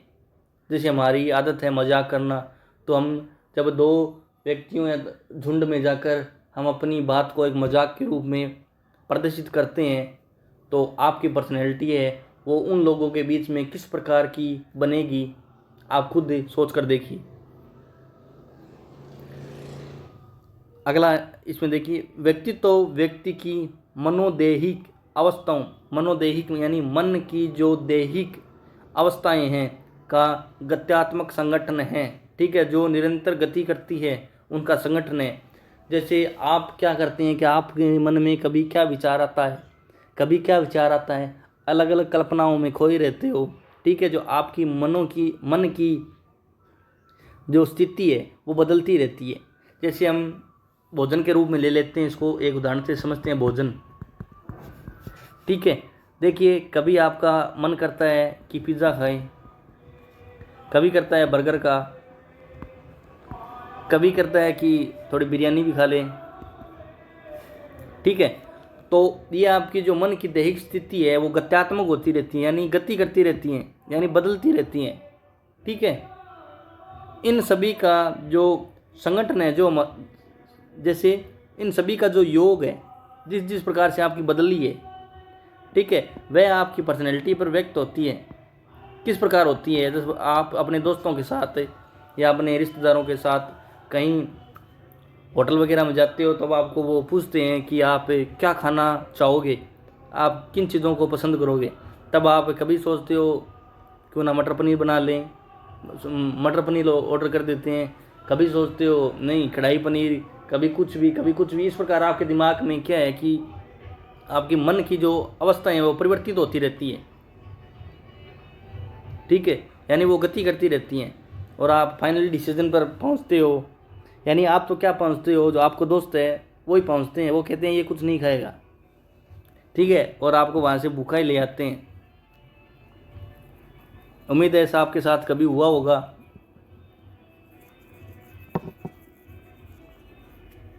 आगे देखिए,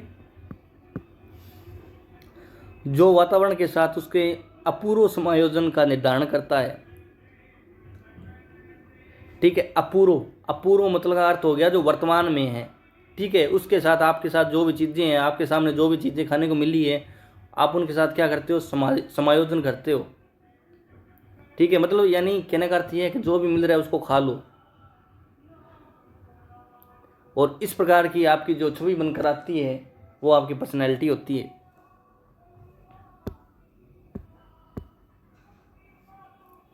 अगला विद्वान है मन के अनुसार।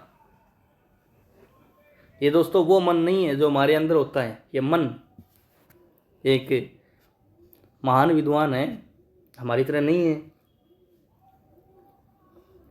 व्यक्तित्व एवं व्यक्ति, दोस्तों व्यक्ति अलग होता है, व्यक्तित्व अलग होता है।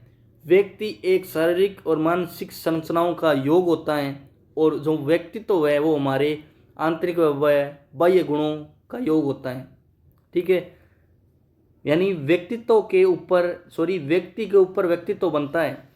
आप इसको इस प्रकार समझ सकते हो।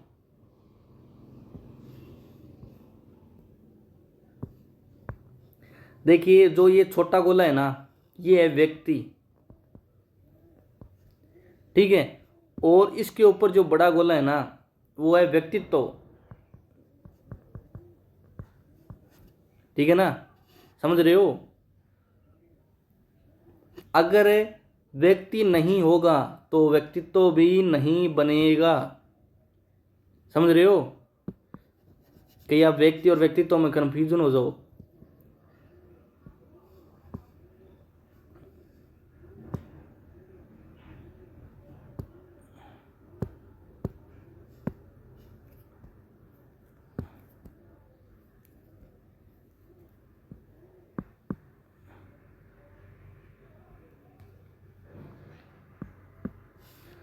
व्यक्तित्व एवं व्यक्ति के संगठन, व्यवहार के तरीके, रुचियां, दृष्टिकोण, क्षमताओं और तरीकों का सबसे विशिष्ट संगठन है। दोस्तों इसने शब्द बदले हैं केवल, और जिनका अर्थ और सार निकल कर आता है वह वही है कि पर्सनैलिटी किस प्रकार बनती है, जो हमने पीछे विभिन्न विद्वानों के शरीर वर्गीकरण में देखा, उसके बाद लर्निंग कर्व में देखा और पर्सनैलिटी में देखा। और अब हम पढ़ने जा रहे हैं व्यक्तित्व के आयाम, ठीक है।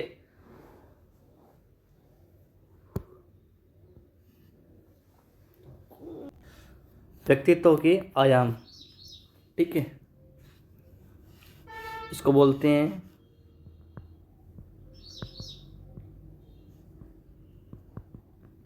डायमेंशन ऑफ पर्सनैलिटी, ठीक है। जिसका अर्थ क्या होता है कि जो व्यक्ति के जो विचार हैं, विचार, ठीक है, और उसके जो भाव, व्यवहार, ठीक है, को समझने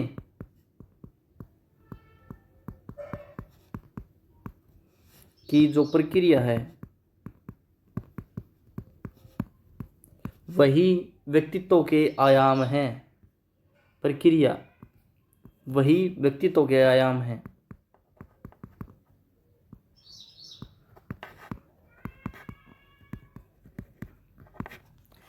इसका कहने का सरल और शाब्दिक अर्थ है कि व्यक्ति का जो पर्सनैलिटी है, ठीक है, उनको किन आयामों के माध्यम से हम समझ सकते हैं कि एक व्यक्ति की पर्सनैलिटी किस प्रकार की होगी, उसका व्यक्तित्व तो किस प्रकार का होगा। यानी व्यक्ति बहिर्मुखी है, व्यक्ति अंतर्मुखी है, ठीक है, या व्यक्ति स्वर्णमुखी है, किस प्रकार का व्यक्ति है। तो उसके आधार पर हम क्या है कि सोच सकते हैं कि व्यक्ति किस प्रकार का होगा, यानी उसका किस प्रकार का विचार होगा, किस प्रकार का व्यवहार होगा, ठीक है। जैसे एक क्या है कि व्यक्ति क्या है, पतला है, बहुत ज़्यादा दुबला है, तो उसके विचार भाव किस प्रकार के होंगे। उन्हीं की भांति हम पर्सनैलिटी को देखकर ये अंदाज़ा लगाने की कोशिश करेंगे कि व्यक्ति किस प्रकार का है। ठीक है, चलिए शुरू करते हैं।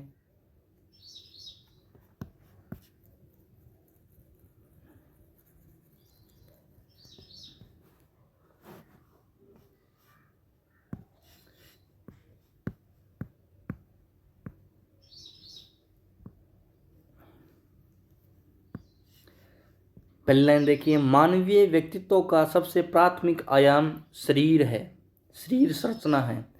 यानी अगर एक व्यक्ति की शरीर संरचना,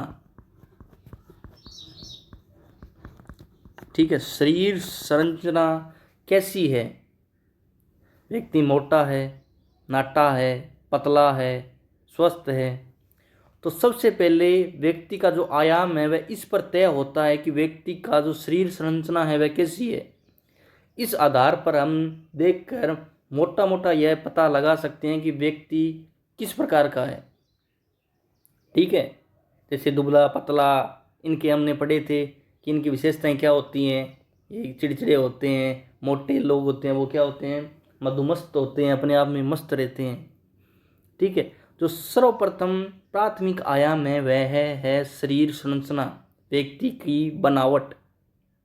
उसके आधार पर हम तय कर सकते हैं कि व्यक्तित्व, इस व्यक्ति का व्यक्तित्व किस प्रकार का होगा। आगे देखिए, जो वंश कर्म है व्यक्तित्व की नींव है।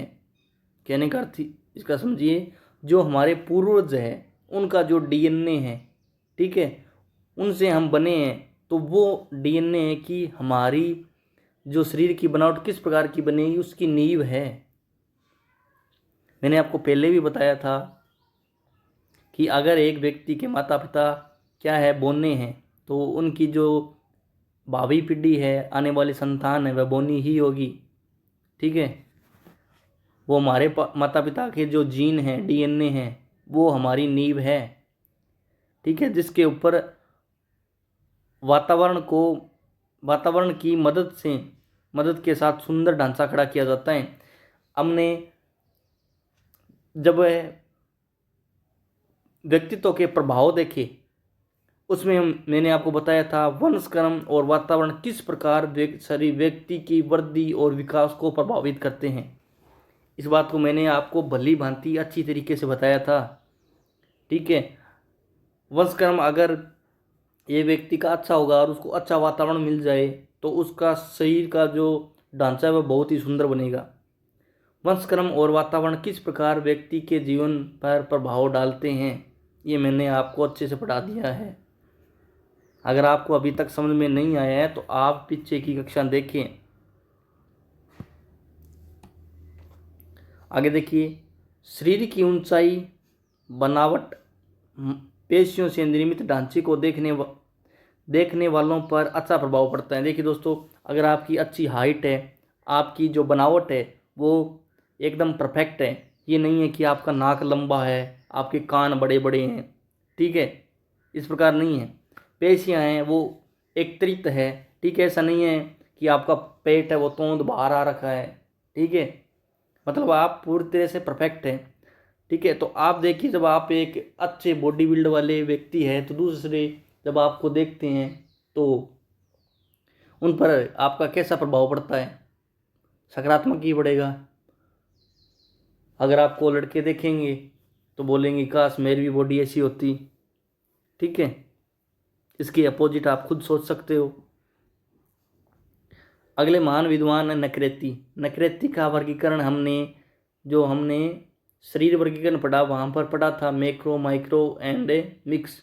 ठीक है, इस प्रकार से हमने पढ़ा था, वही हम इसमें देखने वाले हैं। नकृत्य ने 1921 में मॉर्फोलॉजिकल संदर्भ अपनाया। ये शब्द आप याद रखिए, इससे क्वेश्चन कई बार सीधा सीधा बन जाता है। तथा ऊंचाई और वजन को आधार बनाकर 3 प्रकार के वर्गीकरण दिए। इस प्रकार भी क्वेश्चन बन जाता है, अगर डीप में एग्जामिनर चाहे तो क्वेश्चन बना सकता है कि किस विद्वान ने ऊंचाई और वजन के आधार पर मानव शरीर को वर्गीकृत करने का प्रयास किया। इसमें ऑप्शन ए दे देगा नकृत्य, ऑप्शन बी थॉर्नडाइक, ठीक है, और ऑप्शन सी स्किनर, और ऑप्शन डी उपयुक्त सभी। तो जब आपको अच्छे से आपने अगर डीप अध्ययन किया है तभी आप इस प्रश्न को हल कर पाओगे, अन्यथा आपको पता ही है क्या होगा। नकृत्य ने 3 भागों में मानव शरीर को ऊंचाई व वजन के आधार पर वर्गीकृत करने का प्रयास यहाँ पर किया है। पहला है माइक्रो, जैसे हमने इंडो, मिजो, एक्टो पढ़ा, उसी प्रकार है इंडो। इंडो को मैंने आपको बताया था कि आप किस प्रकार देख सकते हो, उसी की भांति यहाँ पर वजन और ऊंचाई के आधार पर नकृत्य ने वर्गीकृत किया है। सबसे पहले है माइक्रो, ठीक है, जिनके उदर छोटे, उदर का मतलब जैसे आपने शब्द सुना होगा लंबोदर। लंबोदर किनको कहते हैं? जो हिंदू संस्कृति के अंदर जो देवता है जिसको हम गणेश जी बोलते हैं, आपका उनका एक नाम ये भी सुना होगा कि लंबोदर। लंबोदर यानी आप उनकी जब छवि देखिए कि उनका पेट है वो कितना बड़ा हो गया होता है। जो पेट होते हैं ना, जिसमें किसी भी मतलब जिस भाग में किसी भी प्रकार की हड्डियां नहीं होती, उसे बोलते हैं उदर यानी थोतला, ठीक है। यानी लंबोदर, उनका उदर क्या है, बहुत ज़्यादा आगे निकला हुआ लंबोदर है गणेश जी का, ठीक है। उसी भांति इनके देखिए, उसी भांति नहीं, उनके अपोजिट यहाँ पर देखिए, जिनके उदर छोटे यानी पेट जमा ही छोटा पतला, ठीक है, जिनका पेट क्या है, पतला है, बहुत ज़्यादा अंदर की ओर खिसका हुआ है और वो आगे की ओर झुके हुए हैं। टांगे हैं वो बिल्कुल पतली, बहुत पतली, नैरो, ठीक है, छर्रे व्यक्ति, ठीक है। तो आप खुद सोचिए, इस प्रकार का शरीर ढांचा लेकर उत्पन्न होने वाला व्यक्ति या एक 18 या 20 साल का युवक किस प्रकार दिखाई देता है आपको, खुद सोचिए। और उन लोगों का व्यवहार किस प्रकार का होता है, जब वह बात करते हैं तो किसी प्रकार की करते हैं, उनकी आदतें कैसी है, या आप खुद सोच सकते हो। आगे देखिए, दूसरा है मैक्रो स्पेलिनिचिक्स, जिनका उदर बड़ा यानी छोटे व मोटे व्यक्ति, यानी जिनकी हाइट क्या हो कम और वो क्या हो मोटे। देखिए आप देखिए, बोन्ना सा बच्चा है, ठीक है, जिसकी उम्र होगी मान लीजिए आप 40 के आसपास, उसकी हाइट मान लीजिए 4 फुट, और वो बहुत ज़्यादा क्या है कि मोटा है, ठीक है। तो आप खुद सोच सकते हो कि उसका व्यवहार क्या होगा। अपने स्तर पर आप सोचने का प्रयास कीजिए, तभी आप चीज़ों को बार बार रटना नहीं पड़ेगा, आप उन चीज़ों को अपने आत्मसात कर सकोगे।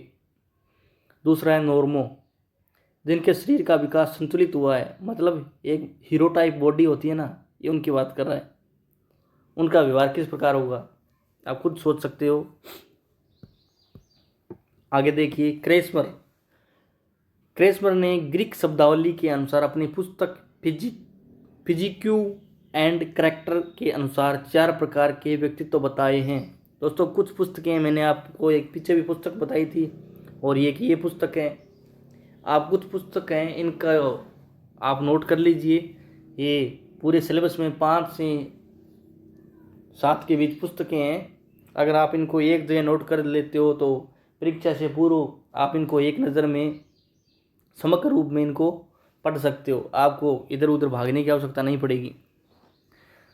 पहला बताया है पाइकनिक, पाइकनिक में क्या दे रखा है, मोटा शरीर, अच्छे स्वभाव वाले, खुश और सामाजिक आनंदित व्यक्ति।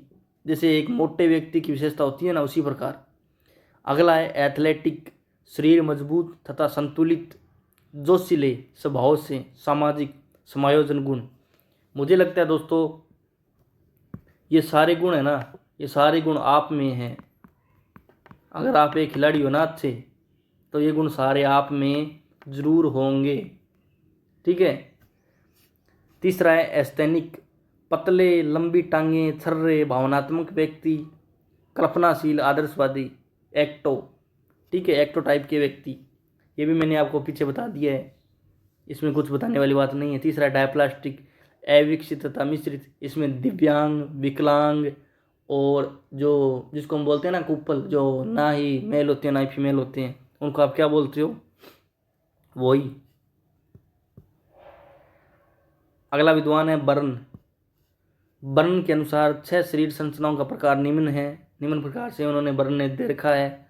ठीक है, इनको एक बार पढ़ लेना आप। थाइमोसेंट्रिक, व्यक्तित्व अक्षम, गैर जिम्मेदार, हिंसक, मतलब एक गुंडा मवाली टाइप व्यक्ति हो गया ये। ठीक है। दूसरा है थायराइड, अतिरिक्त गतिविधि करने वाला, तेज, मानसिक और बेचैन तथा ऊर्जावान। इस यहाँ पर आप एक व्यापारी को रख सकते हो, व्यापारी।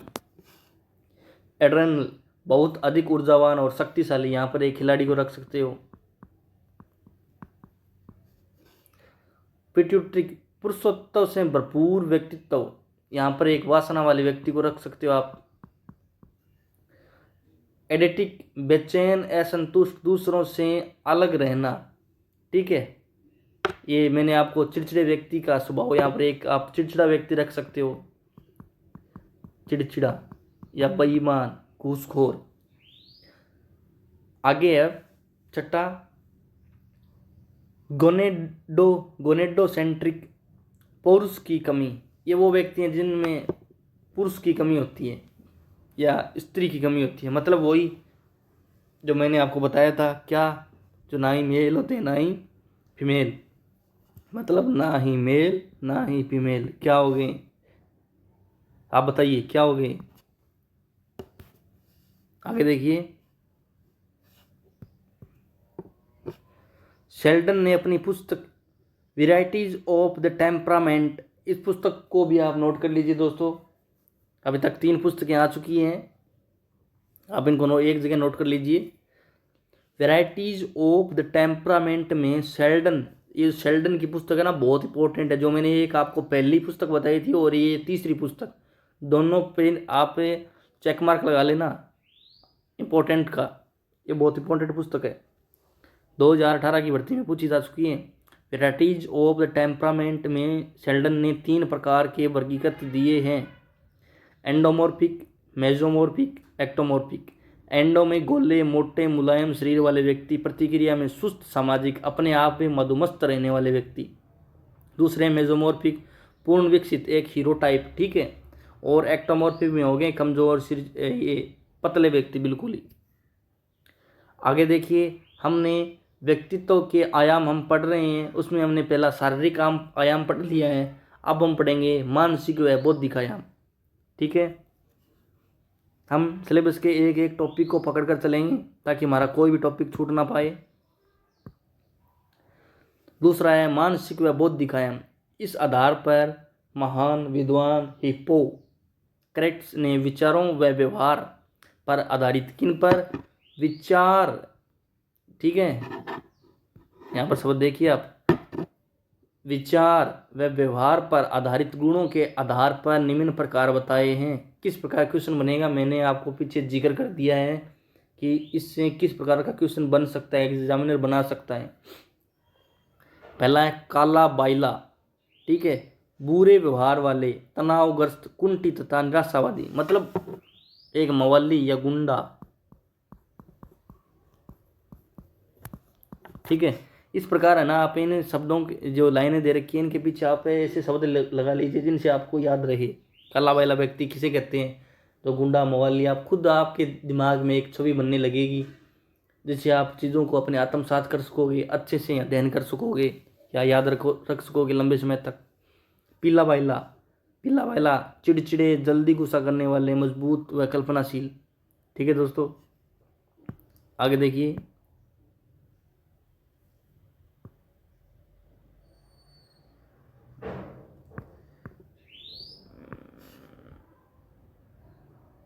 वर्गीकरण तीसरा है रक्त। रक्त में इपोन दे रखा है आनंदित व्यक्ति, खुश और उल्लासपूर्ण व्यवहार वाला व्यक्ति।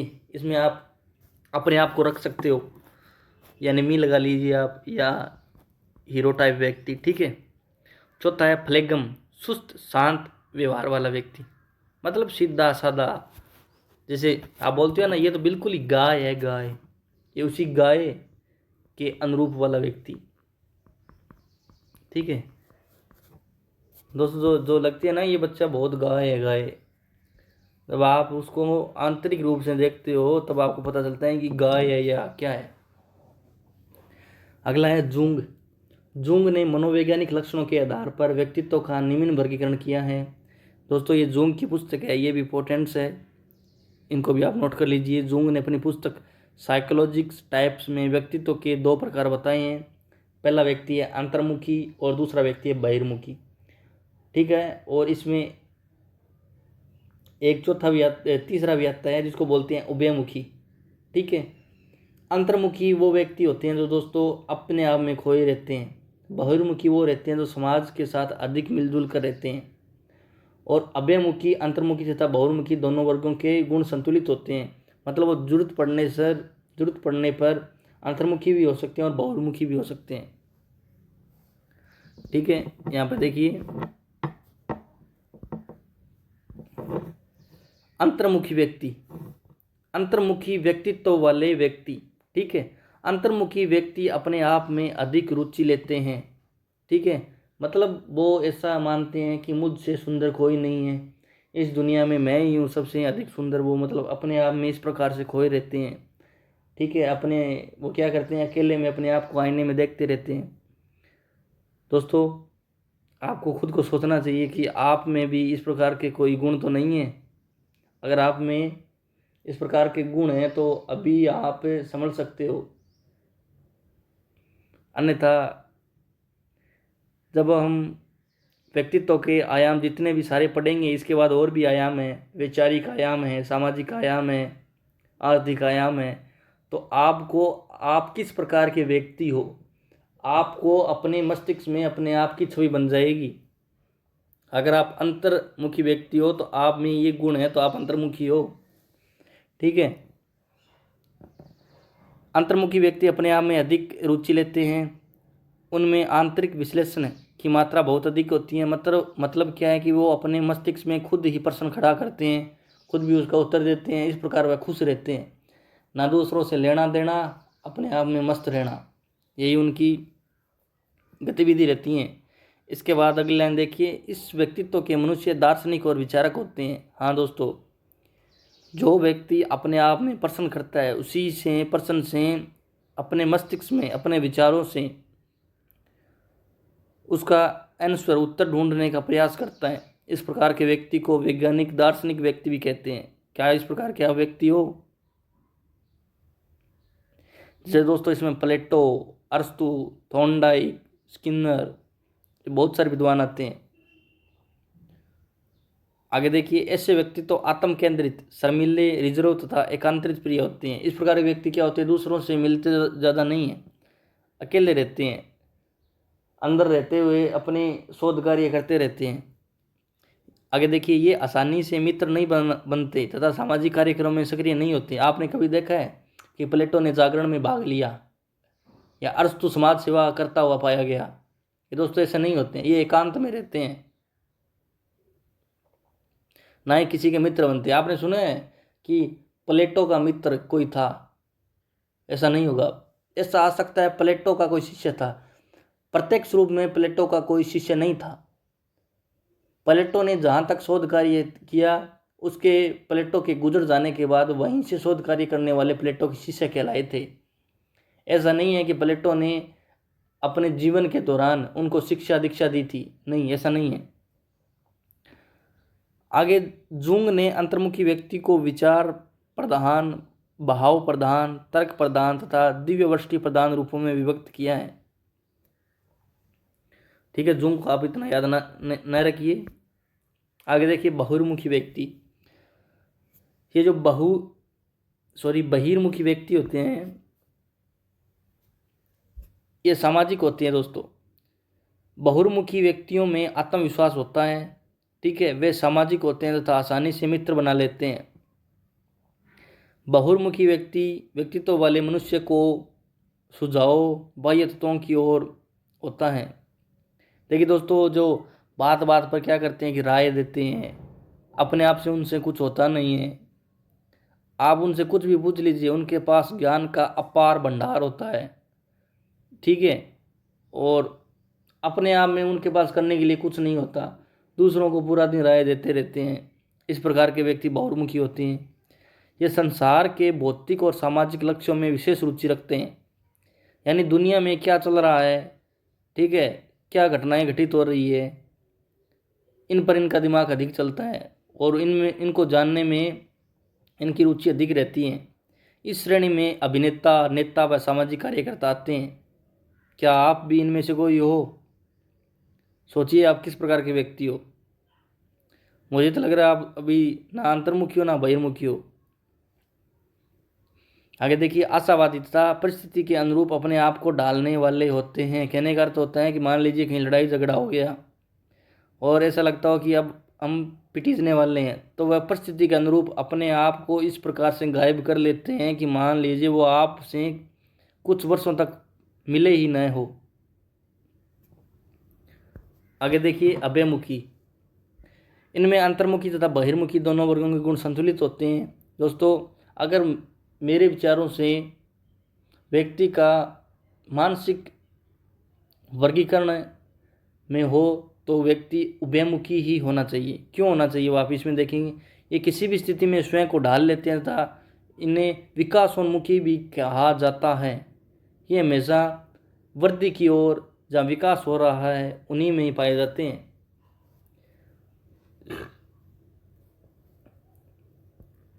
आगे देखिए शेल्डन ने व्यवहार पर आधारित व्यक्तित्व को 3 वर्गों में बांटा है। पहला है विस्रोटोनिक, दूसरा है सोमेटोटोनिक, तीसरा है सेरिब्रोटोनिक। प्रथम देखिए विस्रोटोनिक, खुश मिजाज, धीमी प्रतिक्रिया, आत्मसंतुष्टि वाले व्यक्ति, सामाजिक, आराम जिनको पसंद हो, भोजन के शौकीन। क्या गुण, ये गुण दोस्तों आप में है? जितना भी हमने अभी तक पढ़ा है, मुझे लगता है कि आपने अपनी छवि किस प्रकार बनाई है। ठीक है, ये छवि आप अपने आप में देख रहे होंगे या देख पाते होंगे। अगला है सोमेटोटोनिक, दबंगता, शारीरिक क्रियाशीलता, पसंद व्यक्ति, निडर, अपनी बात डंडे के दम पर मनवाने वाले, रिस्क लेने वाले, यानी वो रिस्क नहीं माउंटेन ड्यू पिया और पहाड़ी से कूद गए, वो रिस्क लेने वाले नहीं, वो तो अपने आप में मौत लेने वाले हैं। तीसरा है सेरिब्रोटोनिक, परिश्रमी, बेचैन, अंतर्मुखी, तनावग्रस्त, एकाकीपन। इसमें जो विचारक दार्शनिक है वो आते हैं। दोस्तों नेक्स्ट क्लास में हम पढ़ेंगे सामाजिक आयाम। ठीक है, कि समाज एक व्यक्ति के लिए कितना आवश्यक होता है, व्यक्ति में सामाजिक गुण होना कितने ज़रूरी होते हैं, ये हम पढ़ेंगे सामाजिक आयाम में। चलिए दोस्तों, आज अपनी कक्षा यहीं पर समाप्त करते हैं।